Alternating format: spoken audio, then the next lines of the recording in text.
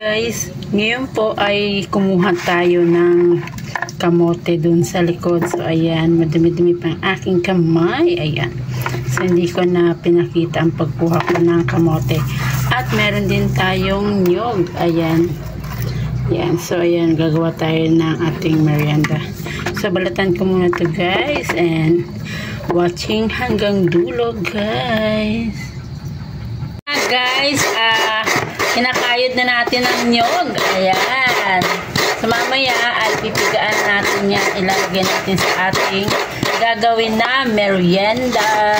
Balatan na rin natin ang ating kamote. So malinis na rin ang aking kamay. At maya maya pipigaan natin ang ating nyog. At iba pang sangka, papakita ko na rin po. Ayan. Ayan po. Fresh na fresh ang ating kamoting kahoy. Pakukuha ko lang sa likod bahay. Ayan. Muna natin sa tubig para at hugasan uli natin ng pangalawang beses. Nga mga mamsi, ayan ang ating langka, sobrang bango, abot sa kapitbahay. Ayan. Siyempre meron din tayong 1/4 na white sugar at saka ang ating sago. So ayan, ang ating mga sangkap sa ating lulutuing merienda.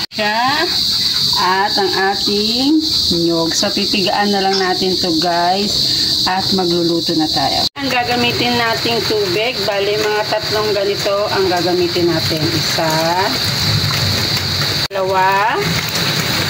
ating pangatlong tubig. So hanggang dyan lang po ang tubig natin. So pipigaan na natin siya guys.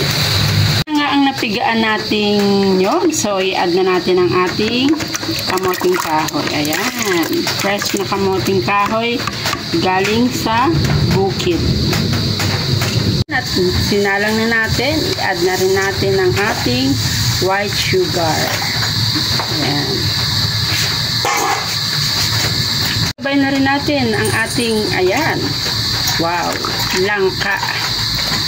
Langka. Amoy pa lang. Napakasarap na guys. Ilagay na rin natin ang ating nilagang sago. Wow. Konting pakulo lang na sago kasi maluluto rin naman siya guys. So ayan. At halu-haluin natin para hindi siya dumikit doon sa kaldero. Ayan guys. So guys, napakasarap siya. Ayan. Bagay na merienda ngayong tag-ulan. Kumukulog-kulog pa guys. At umuulan din. Nga guys, malapit na siyang maluto.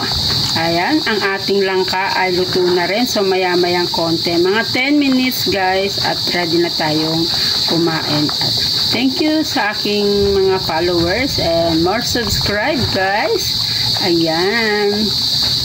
Nga guys, nakaluto na tayo ng ating ginataang kamoting kahoy at langka. So ayan, ready to eat na at maraming salamat po sa support ang binibigay niyo sa akin.